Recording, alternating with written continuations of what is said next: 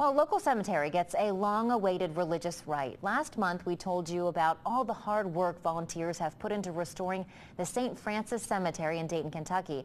After years of neglect and vandalism, a new flagpole was installed.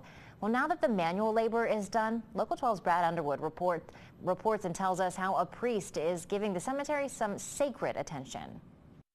It's been decades since the St. Francis Cemetery was blessed. Just a few years ago, you could barely find it. Tall grass in the forest, overgrown, swallowing up these headstones. Then vandals destroyed the grave sites and the flagpole. But that destruction wasn't the end, but rather the rebirth of this final resting place for nearly 900 souls.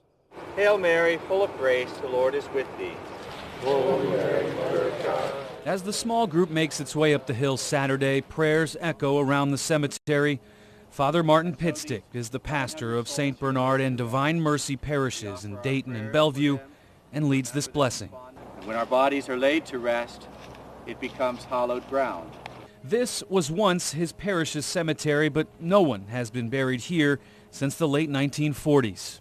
I think it's a real hidden secret that a lot of people that grew up around here just didn't even know about, me being one of them. Kay James is one of the many volunteers who've spent countless hours clearing the damage left in the wake of vandals a year ago.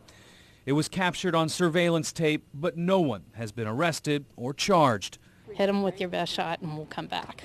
And the community did, in a big way, resetting headstones and bringing in a new flagpole. We were about halfway up this hill.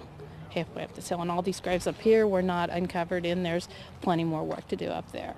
And there's little doubt that the effort to keep this ground safe and clean will continue. Let us go in peace. In Dayton, Brad Underwood, Local 12 News. And as Brad mentioned, the cemetery vandals haven't been caught. If you have any information about it, you're urged to call the Dayton Police Department at 859-261-1471.